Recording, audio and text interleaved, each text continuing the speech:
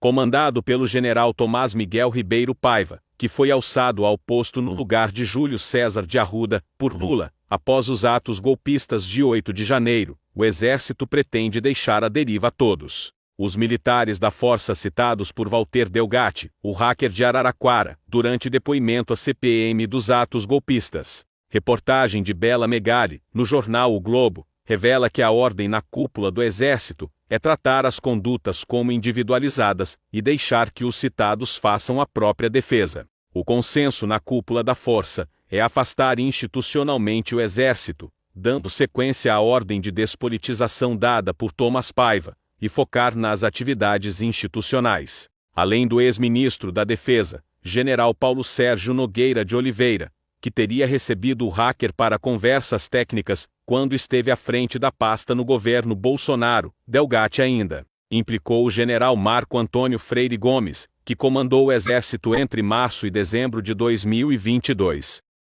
O assessor de imprensa da ex-primeira-dama Michele Bolsonaro, Coronel André Costa, divulgou um áudio do advogado de Mauro Cid, que supostamente inocenta o ex-presidente Jair Bolsonaro. Na mensagem de César Bittencourt para a jornalista Camila Bonfim, da Globo, o advogado afirma que Cid não culpou o ex-presidente nos depoimentos dados à Polícia Federal. Ontem, 31, enquanto Bolsonaro e Michele ficaram em silêncio, Cid e o seu pai, general Mauro Lorena Cid, prestaram depoimento sobre as suspeitas envolvendo venda e recompras de joiais dadas ao governo passado. O Cid assumiu tudo, não colocou Bolsonaro em nada, não tem nenhuma acusação de corrupção, envolvimento de Bolsonaro, envolvimento ou suspeita de Bolsonaro. A defesa não está colocando o Cid contra Bolsonaro, afirmou. Desde que assumiu a defesa de Cid, o advogado já mudou algumas vezes de versão, e ainda há dúvida se o ex-ajudante de ordens poderia fazer uma delação premiada contra Bolsonaro.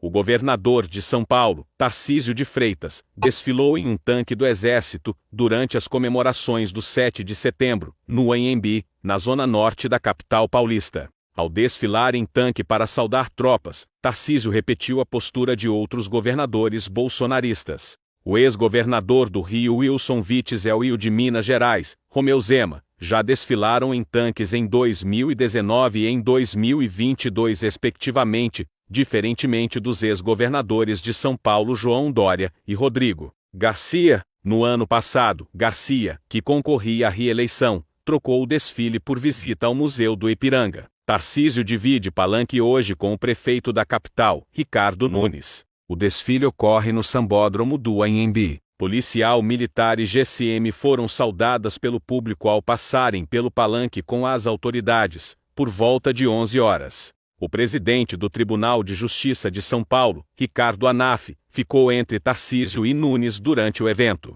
O deputado federal Celso Russomano também esteve presente na celebração. O Conselho Nacional de Justiça abriu uma reclamação disciplinar contra o senador e ex-juiz federal Sérgio Moro e outras autoridades vinculadas à força-tarefa da Operação Lava Jato. O processo foi aberto por ordem do Corregedor Nacional de Justiça, ministro Luiz Felipe Salomão. Além de Moro, serão investigados a juíza federal Gabriela Hard e os desembargadores federais Loraci Flores de Lima, João Pedro Gebran Neto e Marcelo Malucelli. De acordo com o que divulgou o CNJ, o motivo da reclamação são as conclusões do relatório de correição feito na 13ª Vara Federal de Curitiba e nos gabinetes dos magistrados da 8ª Turma do Tribunal Regional Federal da 4ª Região TRF4. A reportagem entrou em contato com a assessoria do senador Sérgio Moro, mas não obteve retorno até a publicação deste texto. No período entre 2015 e 2018, o juiz titular era Moro, e a juíza substituta era Hard. Já o procurador-chefe da Lava Jato em Curitiba era Deltan Dallagnol. Seu desejo é uma ordem, poderia dizer o ministro Alexandre de Moraes, do Supremo Tribunal Federal, ao determinar, nesta sexta-feira, 22, a prisão de Marcos Soares Moreira, que passou 120 dias preso no Complexo da Papuda por participação nos atos golpistas do dia 8 de janeiro. Conhecido na horda extremista como Patriota Capixaba, Moreira, que recentemente foi colocado em liberdade sob a condição de cumprir medidas cautelares, resolveu desafiar o STF e gravou um vídeo com ataques aos ministros da corte e pedindo para ser preso novamente.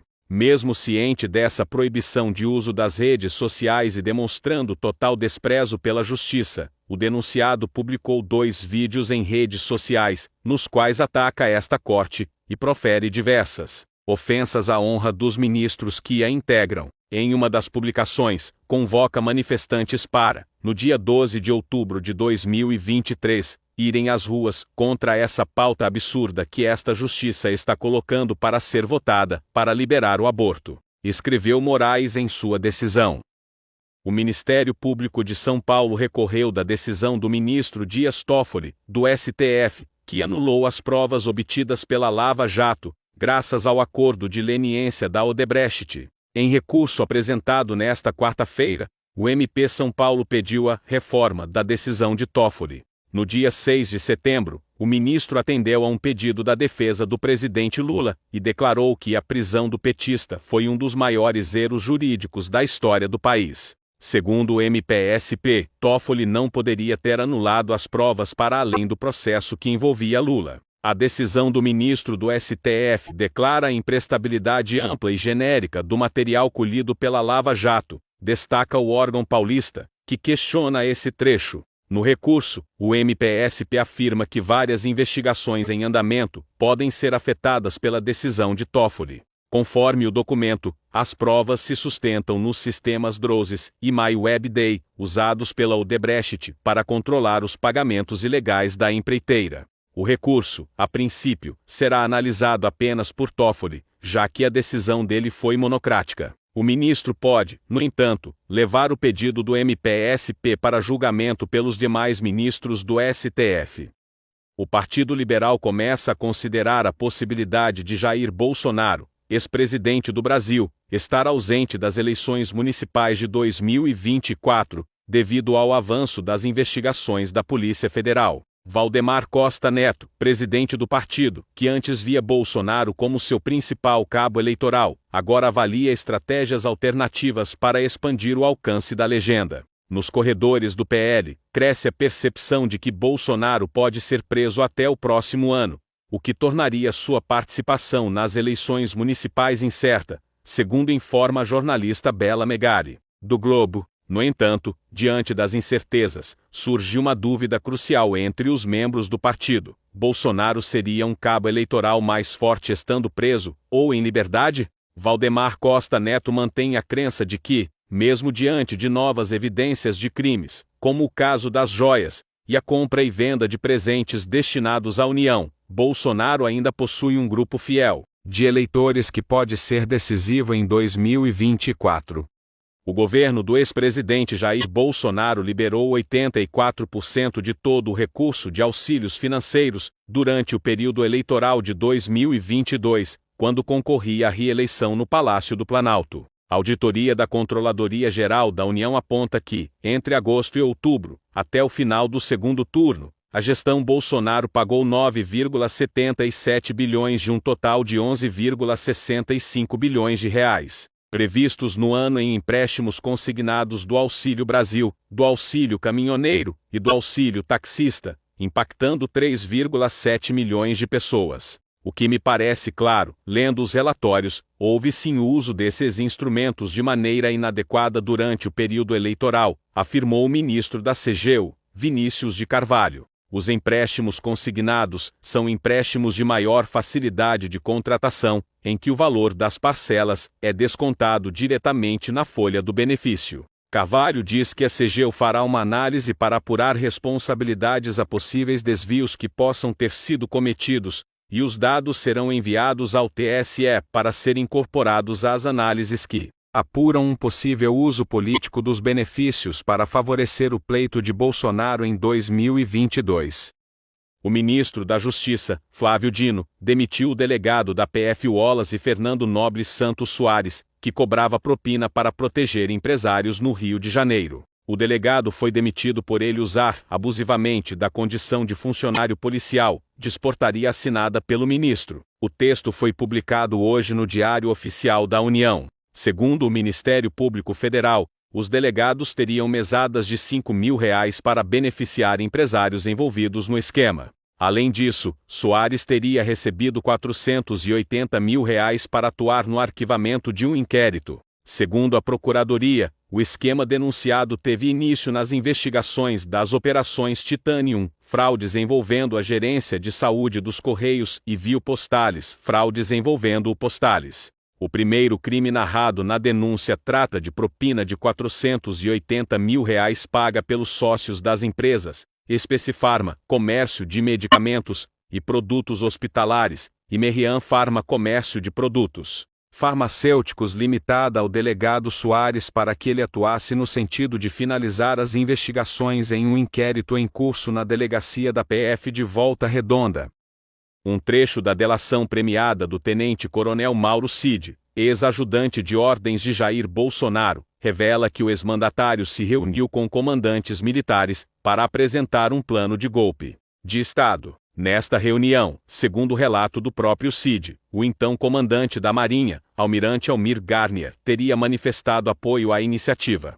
Nesta sexta-feira, 22, o Valor Econômico revela que o então comandante do Exército, General Freire Gomes, ameaçou prender Bolsonaro, caso fosse levado adiante o projeto golpista. A reunião ocorreu em 24 de novembro de 2022, no Palácio da Alvorada. Garnier foi o único a afirmar seu apoio imediato a Bolsonaro, enquanto o comandante do Exército enfrentou: "Se o senhor for em frente com isso, serei obrigado a prendê-lo." O brigadeiro Carlos Batista, comandante da Aeronáutica, ficou calado diante da proposta de Bolsonaro. De acordo com a reportagem, Freire Gomes sabia que o golpe não poderia dar certo. Freire Gomes sabia que os comandantes do Sul, do Sudeste, do Leste e do Nordeste não apoiariam. Além disso, os americanos civis e militares já haviam dado fartas demonstrações de que não apoiariam.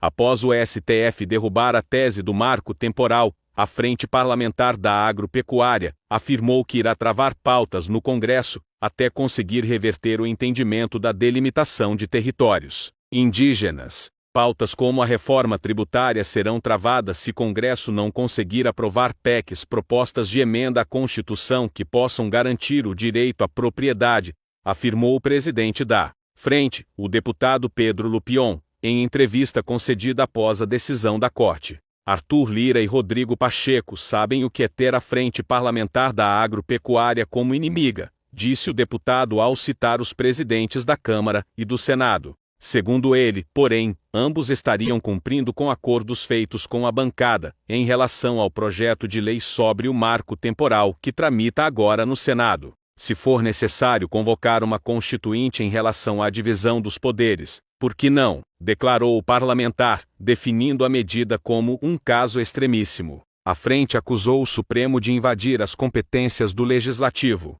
O Supremo Tribunal Federal formou maioria hoje 20 contra o marco temporal para a demarcação de terras indígenas. Até o momento, 6 ministros se posicionaram contra a tese, mas ainda há divergências nos pontos sobre indenizações a proprietários de terra que ocuparam as áreas de boa-fé. Apenas Nunes Marques e André Mendonça, ambos indicados pelo ex-presidente Jair Bolsonaro, se manifestaram favoráveis ao marco temporal até o momento. O tema era criticado pelo ex-mandatário. O marco temporal é uma tese jurídica que estabelece que povos indígenas só podem reivindicar as terras que ocupavam na data da promulgação da Constituição, em outubro de 1988. Os povos originários criticam a norma, afirmando que ela valida invasões e usurpações de seus territórios. Do outro lado, ruralistas defendem o marco como um mecanismo de segurança jurídica. Na sessão de hoje, o ministro Luiz Fux seguiu a ala contrária ao marco temporal, já composta pelo relator, Edson Fachin, Alexandre de Moraes, Cristiano Zanin, Luiz Roberto Barroso e Dias Toffoli, que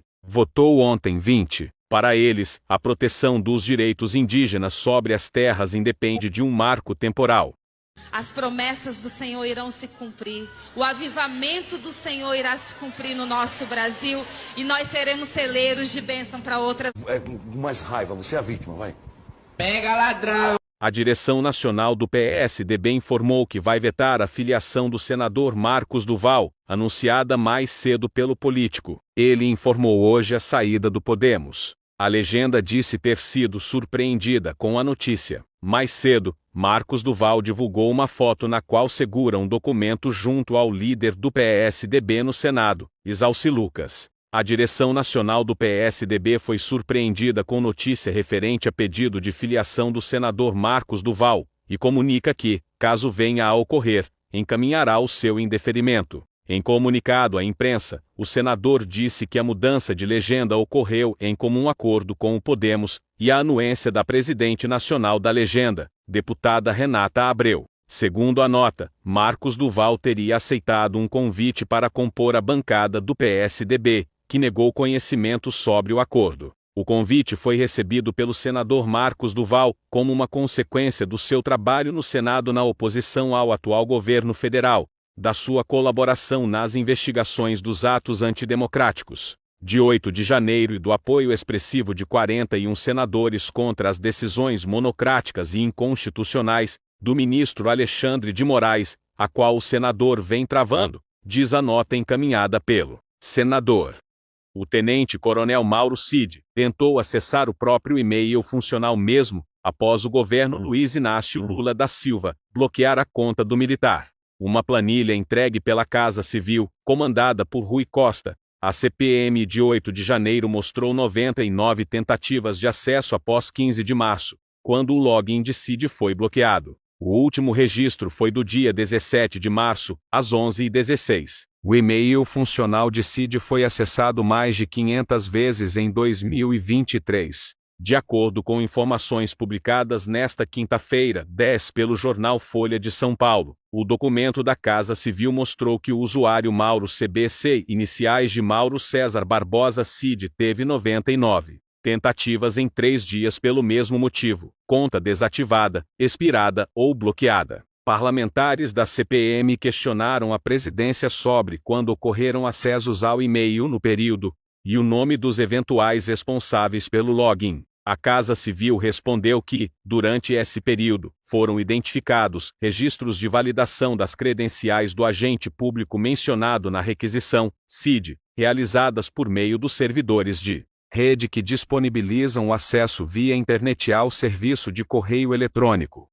A situação de Mauro Cid, o ex-ajudante de ordens de Jair Bolsonaro, que está preso desde maio, se complicou ainda mais. O advogado Bernardo Fenelon deixou a defesa do militar. Segundo informações do jornalista Lauro Jardim, N. O Globo, a versão oficial é que o motivo da saída de Fenelon do caso Mauro Cid é por foro íntimo e sua decisão teria sido comunicada ao militar na terça-feira passada, ou seja, antes das novas revelações que complicaram ainda mais a vida de Cid. Dessa maneira, Mauro Cid agora está em busca de um novo advogado para fazer sua defesa. Essa é a segunda vez que o militar fica sem representante jurídico. Antes de Fenelon, Rodrigo Roca deixou o caso uma semana depois da prisão do militar, que ocorreu em maio. Mauro Cid foi preso durante a Operação Venire, deflagrada pela Polícia Federal no começo de maio. O nome do tenente-coronel ganhou notoriedade quando passou a ser investigado pela PF por suspeita de operar uma espécie de caixa paralelo para Bolsonaro, que nega as acusações.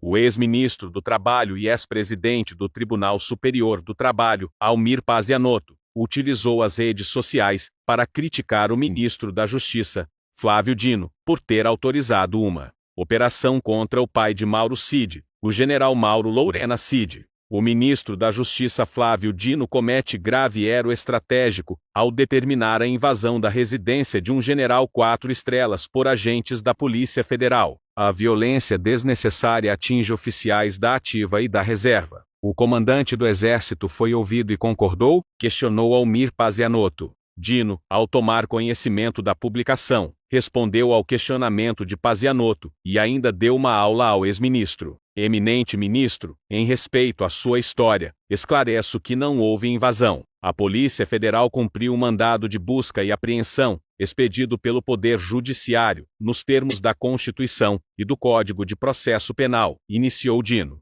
Em seguida, desmontou as insinuações de Pazianotto. Certamente o senhor concorda que todos os indícios de crimes devem ser investigados, independentemente de trajes civis ou militares. Aproveitando o ensejo, presto homenagem à Polícia Federal, que tem cumprido as leis e as ordens judiciais com dedicação e seriedade, concluiu Flávio Dino. 15 dias após a derrota para Lula nas eleições presidenciais, enquanto mantinha silêncio sepulcral, Jair Bolsonaro recebeu em agenda secreta no Palácio do Alvorada os generais Walter Braga Neto, candidato a vice em sua chapa, e Paulo Sérgio Nogueira de Oliveira, então ministro da Defesa. Em seguida, 2 dias depois do encontro ocorrido em 14 de novembro, o tenente-coronel Mauro Cid recebeu por e-mail um artigo científico do tenente-coronel Marcelino Haddad sobre o poder moderador das Forças Armadas, tese encampada por Bolsonaro e seus aliados para uma intervenção militar que desencadearia em um golpe de Estado.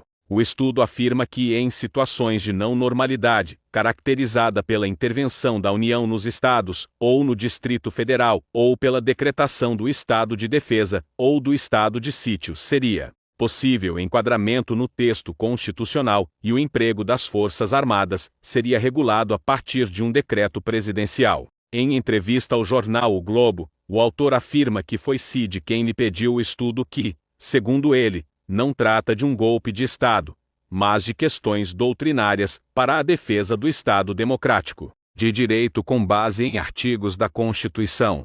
Segundo o jornalista Josias de Souza, do UOL, os investigadores consideram que a transmissão ao vivo feita por Bolsonaro, no dia 30 de dezembro do ano passado, poucas horas antes de embarcar para os Estados Unidos, é uma prova indiciária para aprofundar as investigações. Nessa live, Bolsonaro mencionou a posse de Lula, que aconteceria 2 dias depois, e declarou: "Eu busquei dentro das 4 linhas, dentro das leis, saída para isso aí." 2 semanas após a transmissão ao vivo de Bolsonaro, em 12 de janeiro, a Polícia Federal apreendeu na residência do ex-ministro da Justiça Anderson Torres, uma minuta de decreto presidencial que visava instaurar o estado de defesa no Tribunal Superior Eleitoral, destaca o jornalista. Além disso, no celular de Mauro Cid, os investigadores também encontraram uma minuta para um golpe de Estado no país, com a decretação de garantia da lei e da ordem, e que previa estado de sítio,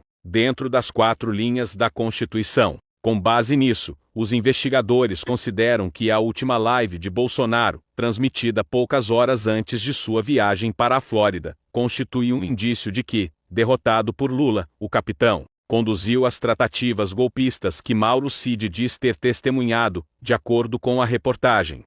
Investigada no escândalo das joias, e com a notícia de acordo para a delação premiada, entre a Polícia Federal e o ex-ajudante de ordens de Jair Bolsonaro, o tenente-coronel Mauro Cid, Michele Bolsonaro, mudou o tom para falar sobre o caso. Antes, irônica dizendo que iria lançar a loja Mi Joias, agora chora em evento e fala em perseguição e injustiça. Durante um culto realizado em Brasília, no feriado de 7 de setembro, a ex-primeira-dama discursou e chorou ao som de um piano ao fundo, e enrolada em uma bandeira do Brasil. "Primeira vez que eu olhei a bandeira do Brasil cair no chão, porque é tão vivo, é tão forte. Mas, amados, a gente não pode perder a esperança. Nossa esperança está em Cristo Jesus. Eles vão nos atacar. O Senhor não nos prometeu que seria fácil. O Senhor falou que nós seríamos perseguidos. Todos aqueles que tivessem Cristo como o Senhor Salvador seriam perseguidos. E nós estamos sendo perseguidos e injustiçados, mas eu sei em quem eu tenho crido", disse ela com a voz embargada. Segundo informações divulgadas por Bela Megali, no jornal O Globo nesta terça-feira, 4, a PF já teria certeza da participação de Torres, e agora está aprofundando a investigação para chegar se o ex-ministro, que está preso em Brasília, teria recebido ordem de Bolsonaro para a ação. Torres teria feito um levantamento entre o primeiro e o segundo turno para identificar as regiões onde Lula foi mais votado, e, a partir disso, organizado a operação para tentar impedir que os eleitores voltassem às urnas no segundo turno. Para enfatizar a importância da ação, Torres teria ido a Salvador no dia 26 de outubro, juntamente com o diretor-geral da PF, Márcio Nunes, e seu secretário executivo, o brigadeiro Antônio Lorenzo. Lá, eles se reuniram com o superintendente da Polícia Federal na Bahia, Leandro Almada, e seus 2 assessores diretos, os delegados Flávio Márcio Albergaria Silva e Marcelo Werner Derchum Filho.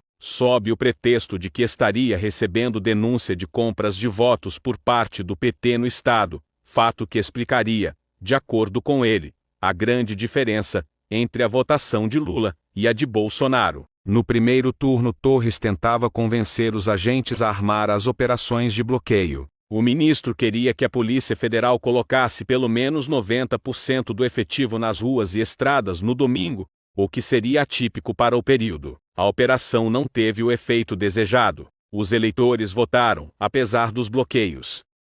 Durante depoimento à Comissão Parlamentar Mista de Inquérito dos Atos Golpistas de 8 de janeiro, nesta quinta-feira 17, o hacker Walter Delgatti Neto, responsável pela Vaza Jato, humilhou o ex-juiz parcial da Lava Jato e hoje senador Sérgio Moro, chamando-o de criminoso contumaz. Delgatti foi provocado por Moro, que leu a ficha criminal do hacker e o classificou como estelionatário. Na sequência, o depoente rebateu: "Fui vítima de uma perseguição em Araraquara, inclusive equiparada à perseguição que Vossa Excelência fez com o presidente Lula e integrantes do PT, ressaltando que eu li as conversas de Vossa Excelência, via parte privada, e posso dizer que o senhor é um criminoso contumaz, cometeu diversas irregularidades e crimes. O senhor não foi preso porque recorreu à prerrogativa de foro por função", disse ainda Delgatti. Antes, na CPI, o hacker afirmou que Jair Bolsonaro disse a ele que agentes de outros países haviam grampeado do ministro do STF Alexandre de Moraes e obtido conversas comprometedoras do magistrado. O governo do ex-presidente Jair Bolsonaro interferiu diretamente na veiculação do assassinato da vereadora Marielle Franco e do motorista Anderson Gomes em jornais europeus. Resposta obtida por meio da Lei de Acesso à Informação (LAI), pelo SBT News, mostrou que 6 embaixadores de países europeus enviaram a veículos de imprensa ofícios informando sobre o caso. A ação do Itamaraty, segundo informação obtida pelo SBT, mirava veículos de comunicação europeus, que associavam a imagem de Bolsonaro ao crime ocorrido em 14 de março de 2018. Até hoje, o caso segue sem respostas. No total, foram enviados 6 telegramas, entre 2019 e 2020, de embaixadas brasileiras em países como Alemanha, França, Itália, Suíça, Cuba e Jamaica. Bolsonaro havia decretado sigilo de 100 anos sobre as informações, mas a Controladoria Geral da União retirou a determinação. Nos conteúdos, havia considerações sobre as matérias jornalísticas do caso Marielle, e repúdio a algumas delas. A senadora Elisiane Gama, relatora da CPM dos atos golpistas, anunciou nesta quinta-feira 21 que solicitará a quebra do sigilo telemático do almirante Almir Garnier, ex-comandante da Marinha, que foi mencionado em uma delação feita por Mauro Cid, segundo reportagem do UOL. Em delação premiada à Polícia Federal, Cid teria contado que o militar foi consultado por Jair Bolsonaro sobre sua disposição em participar de um golpe, e que ele deu uma resposta afirmativa.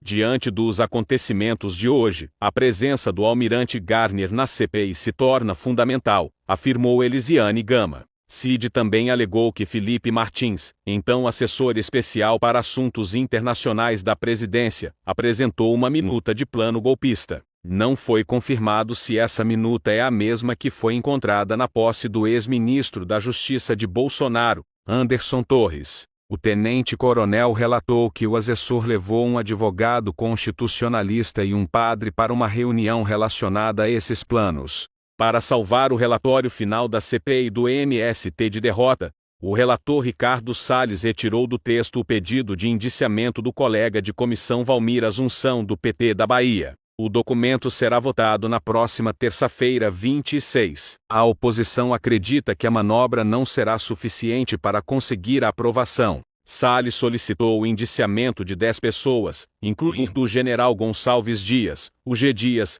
ex-chefe do GS, Gabinete de Segurança Institucional, e José Rainha, liderança sem terra. O relatório chama os movimentos que lutam pela reforma agrária de facções criminosas. O deputado Valmir Assunção é apontado por Salles como liderança do MST na Bahia. Para o relator, os assentados eram usados como massa de manobra para fins eleitorais do petista. Como mostrou o UOL na segunda-feira, a primeira versão do relatório incluía Assunção na lista de pedidos de indiciamento, mas seu nome foi retirado da versão final porque lideranças políticas fizeram chegar à cúpula da CPI que o texto seria rejeitado se o petista fosse mantido no relatório. Em delação à Polícia Federal, o tenente-coronel Mauro Cid revelou detalhes de uma reunião de Jair Bolsonaro com a cúpula das Forças Armadas, onde o ex-presidente buscou apoio dos militares para um golpe de Estado, chegando a apresentar uma minuta que previa a prisão de adversários políticos. Cid afirmou ainda que o então comandante da Marinha, o almirante Almir Garner Santos, teria colocado as tropas à disposição de Bolsonaro para o golpe. No entanto, o comando do Exército e o alto comando das Forças Armadas não teriam aderido às ideias golpistas. Também teriam participado da reunião os ministros militares do governo, que à época tinha, entre outros, o ex-comandante do Exército, General Paulo Sérgio Nogueira de Oliveira, na defesa, além de Augusto Heleno e Luiz Eduardo Ramos, Secretaria-Geral da Presidência. Na delação, Cid conta ainda que a minuta golpista chegou às mãos de Bolsonaro, por meio do olavista Felipe Martins, então assessor especial para assuntos internacionais da presidência, que teria levado um advogado e um padre na reunião para explicar detalhes do documento. O tenente-coronel disse não se lembrar dos nomes dos dois